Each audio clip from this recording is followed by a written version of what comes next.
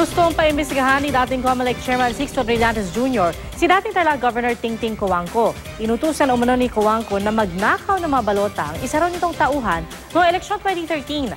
Ang mga balota pinatamper pa raw ni dating Biliran Representative Glenn Chong. Itinanggi ito ni Cojuangco at ni Chong. Nakatutok si Trisha Zafra.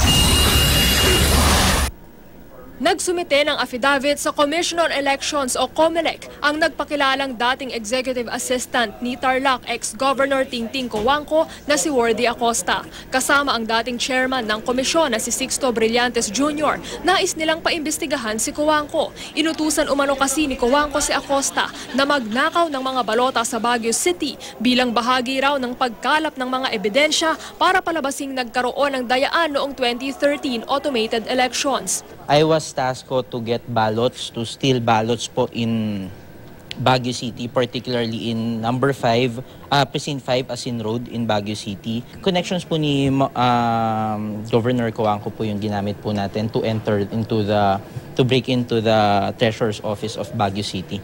Idinadawit din si dating Biliran Representative Glenn Chong na nag-utos naman daw kay Acosta na itamper ang mga balota para palabasing hindi tugma rito ang resulta ng PCOS machines. That can fall under electoral sabotage. Meaning, mas mabigat ito. Mariing itinanggi ni Cojuangco at Chong ang mga paratang. I didn't tell him to steal any ballots. No. I didn't. Yeah. But, you know, this is his story. You know, when you know what his background is, you certainly, you know, Mr. Brillantes is making a mistake trusting him.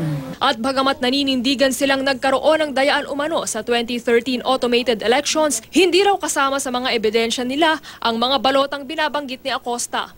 Physical ballots yung sinasabi nila eh. Wala akong minention. I never mentioned anything about physical ballots kasi ang palagi kong sinasabi, ang nagtatamper is the PCOS. Sabi ni Cojuangco, isa lang sa coordinator sa kanyang kampanya noon si Acosta at hindi ito executive assistant. Natanggal daw si Acosta matapos mapag-alamang nagsusumite ng mga peking resibo para sa liquidation. Kaya questionable raw ang kredibilidad nito. Pero si Brillantes naniniwala kay Acosta kaya hinihingi raw nila sa Department of Justice na mapasailalim siya sa Witness Protection Program.